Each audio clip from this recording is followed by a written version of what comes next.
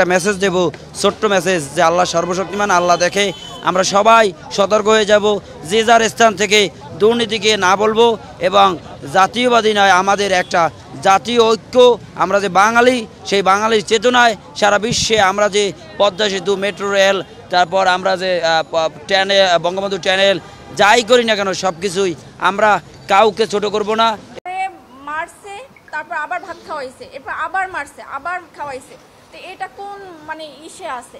মানুষরে তো এরকম মাইরে ফেলায় না। সে যদি একটা খুনিও হইতে পারে, তারে তো এরকমের জীবন তো মাইরে ফেলাইতে পারে না, বলেন। তারা প্রশাসনের কাছে দেন, কিন্তু ওরা মাইরেন না। নিতে হলে টাকা দিতে হইবে 35,000 টাকা দিয়ে ছাড়াই নেন, নাহলে আমরা ওরা ছাড়বো না, ওরা আরো মারবো। ফ্যামিলির কেউই নাই একটা মানুষের। আমার আপনার কি যদি এরকম থাকে, তাহলে তো আমরাও একই পথের প্রতীক হইতাম, যে মা বাবা ভাই বোন কেউই নাই।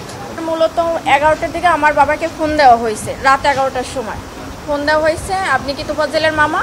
তখন আমার আব্বা ধরছে, যে তখন বলছে যে তোফাজ্জেল এরকমের, আমরা ওরে আটকাইছে, এই হলে আছে, এখানে এখন ওকে মানে নিতে হলে টাকা দিতে হইবে 35,000 টাকা দিয়ে ছাড়াই নেন, নাহলে আমরা ওরা ছাড়বো না, ওরা আরও মারবো। তখন আমার আব্বা বললো যে আমি তো গ্রামের বাড়িতে, আমি কীভাবেই করবো।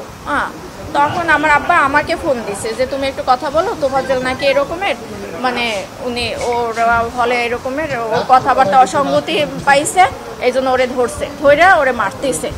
তখন আমি ওই লোককে ফোন দিছি যে ভাই এরকম, আমি তোফাজ্জেলের মামাতো বোন, ওরে কেন মারতেছে? তাও বলতেছে যে ও আমাদের হলে ঢুকছে বা করছে। তা আমি বলছি যে ভাই দেখেন, ও পাগল মানুষ, ও যদি কোনো একটা অন্যায় করে তাহলে আপনারা প্রশাসনের কাছে দেন, কিন্তু ওরা মাইরেন না। তখন বলে কি আপনি যে পাগল, কিন্তু ও তো ওর আচরণের কথাবার্তা, একটা পাগলের মামার নাম্বার কেন মুখস্থ থাকবে? একটা পাগলের সে চাচাতো ভাইয়ের নাম্বার পর্যন্ত মুখস্থ থাকে, তাহলে সে কিভাবে পাগল হয়? আমি বলছি যে দেখেন, ও অনেক মেধাবী ছিল, ওর মা বাবা ভাই বোন সবাই কেউই নাই বলতে গেলে।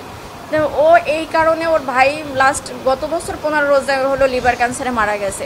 তো ওই ভাইয়া, ও আগেই মাথায় সমস্যা ছিল, ভাইয়া অনেক ডক্টর দেখাইছে, মানে আমার ফুপু মারা যাওয়ার পর থেকে ওর এই সমস্যাটা হয়েছে। কিন্তু কারো কোনো, ওই যে ধরেন আপনি খাবার খাচ্ছেন, আপনার থেকে টান দিয়ে নিয়ে খাইলো, মানে ওর ক্ষুধার জ্বালার কারো থেকে টাকা নিল চাইয়া, যে এইরকমের। ওর বাবা মারা গেছে রোড অ্যাক্সিডেন্টে 8 বছর আগে, 5 বছর আগে ওর মা মারা গেছে লিভার ক্যান্সারে। তারপর ছিল ওরা 2 ভাই। ওর ভাই হলো নাজিরপুরের থানার এসআই নাসির হোসেন। তখন উনি গত বছর মানে পহেলা রোজায় ধরা পড়ছে ক্যান্সার, উনি 15 রোজায় মারা গেছে। তো ওর ভাই মারা যাওয়ার পরে হইলো ও একদম রাস্তার উম্মত পাগল হয়ে গেছিল। তারপর আমরা অনেকবার ট্রাই করছি ওরে পাবনায় নেওয়া, ডক্টর দেখানোর জন্য বা করার জন্য, কিন্তু ওরে মানে ইয়ং তো, ওরে ধৈর্যও বাইদাও রাখার মতো ওরকমই না। একবার শিকল ভাইকেও ছুটে গেছে, যে নিনকে আমরা সকালে পাবনায় নিয়ে যাব। এই এখন কালকের তো এই অবস্থা। পরে হলো ওই লোক, আমি ফোন দিছি, পর উনিও আমাকে সেম একই কথা বলছে, যে মানুষটা 4 বছর আগে থেকে পাগল, সে কিভাবে রাজনীতি করবে? আর দলীয় বলতে কি, ও তো নিজের মানে পরনের কাপড়ে ওর মাঝে মাঝে থাকতো না, তাহলে সে দলীয় করবে কি? মানুষরে তো এরকম মাইরে ফেলায় না। সে যদি একটা খুনিও হইতে পারে, তারে তো এরকমের জীবন তো মাইরে ফেলাইতে পারে না, বলেন। এটা কোন আইনে আছে আর কোথায় আছে? অবশ্যই চাই, একদম মানে সঠিক, যে মারছে তার একদম মানে সেই সর্বোচ্চ, মানে আইনের সর্বোচ্চ ব্যবস্থা নিতে হবে। কারণ ওর গার্জিয়ান নাই, সেই জন্য একটা মানুষ, অসহায় মানুষরা তো এরকম মারতে পারে না। একটা কুকুরেও তো মারতে পারে না, এরকম মারতে মারিয়ে ফেলাইতে পারে না। মারছে, তারপর আবার ভাত খাওয়াইছে, এরপর আবার মারছে, আবার খাওয়াইছে। তো এটা কোন মানে ইসে আছে? সে যদি কোনো একটা অন্যায় করতে পারে, বা ওর কথার অসঙ্গতি দেখায় তো তারা সন্দেহ করছে, তাহলে তাকে থানায় দিয়ে দিত।